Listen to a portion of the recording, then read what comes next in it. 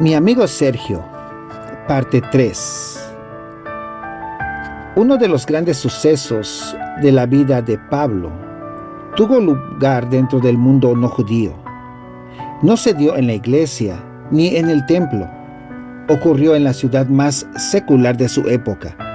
Además, sucedió en un lugar más pagano de la ciudad más secular del mundo bíblico.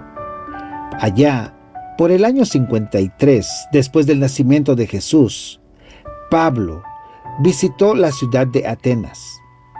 Esa ciudad se enorgullecía de haber producido algunos de los más grandes artistas, escritores y pensadores del momento.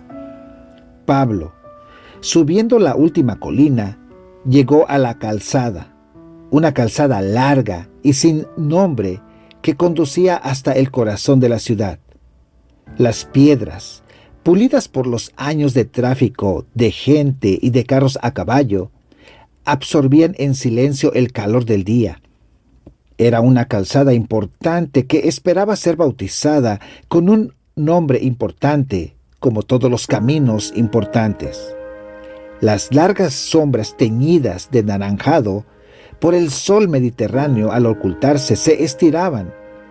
Otras calles colmadas se iban vaciando al ritmo de la música, el bullicio y la charlatanería que abundaba en cada rincón de Atenas. Unos amigos estarían esperándolo para pasar varias semanas allí. Al día siguiente de su llegada, Pablo recorrió la ciudad. Con sus grandes y penetrantes ojos, observaba con ira y misericordia esa majestuosa cultura entregada a la idolatría. Al caminar, sentía hervirle la sangre al ver las calles convertidas en antros de adoración a ídolos e imágenes y a la gente rindiéndose ante ellos. El corazón le golpeaba en el pecho, queriendo llorar por la profunda tristeza de saber que esa gente moriría sin Jesús. Después de pasar unos días con unos cristianos que vivían ahí, Pablo no siguió refugiándose en ellos. Se dirigió hasta una plaza en la que se encontraban personas con las que podía hablar. Griegos, impios, gente inmunda y pecadora que no creía en Dios. Algunos eran intelectuales y otros solo charlatanes, pero todos por igual blasfemos e idólatras. Pablo sentía atracción hacia esos pecadores.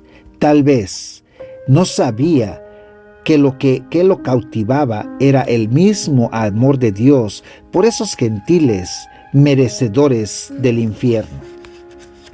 Pablo experimentaba una tormenta de sentimientos encontrados.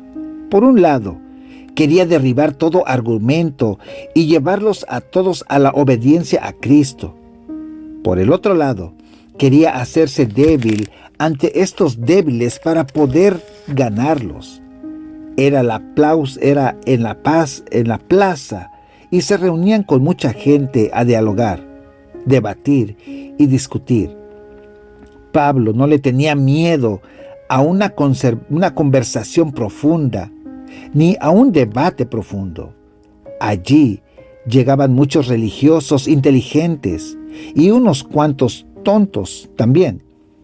Los principales artistas y los que anhelaban serlo se reunían con los profesores universitarios y sus estudiantes. Llegaban los grandes pensadores y, como en toda reunión de ese tipo, los que se hacían pasar por grandes pensadores. Ese era un desfile de los personajes más influyentes y populares de la cultura griega, aplaudido con adulación por aquellos que no eran nada. Pablo abordó un pequeño grupo que discutía en una esquina. Su voz y la autoridad con la que hablaba lograron captar la atención de los disertantes. Día tras día les hablaba, A veces dialogaba, a veces discutía, muchas veces debatía y otras sabiamente callaba. Les habló de un camino. No intentó derribar sus sistemas de pensamiento ni sus argumentos idólatras, sino que, con inteligencia y entendimiento, captó el interés de los que inútilmente discutían. No los apartó, los abordó, no los criticó, los escuchó. Pablo, al ser erudito, se lanzaba profundo en la conversación. Los que lo oían abrían sus ojos con fascinación. «Tienes que venir y hablar de todas estas cosas con los que saben», le dijeron. Y así como estaba, lo llevaron a la corte que se reunían en la colina del Marte, un pequeño montículo de mármol que era el epicentro político-religioso más importante de la ciudad y del mundo conocido en ese momento. Los que allí se reunían eran los políticos, los filósofos y probablemente uno que otro artista. Pablo había estudiado en Atenas. Se cree que recibió instrucciones en una escuela fundada por Zeno, así que es probable que conociera a algunos de los que estaban allí y hubiera oído hablar de otros.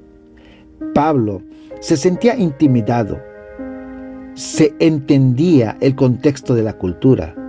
Tampoco lo asustaba encontrarse en medio de los pecadores, porque sabía que Jesús, si hubiera seguido vivo en aquel entonces, también habría estado entre ellos. Y ciertamente no se sentía inferior desde el punto de vista intelectual, pues estaba preparado filosóficamente.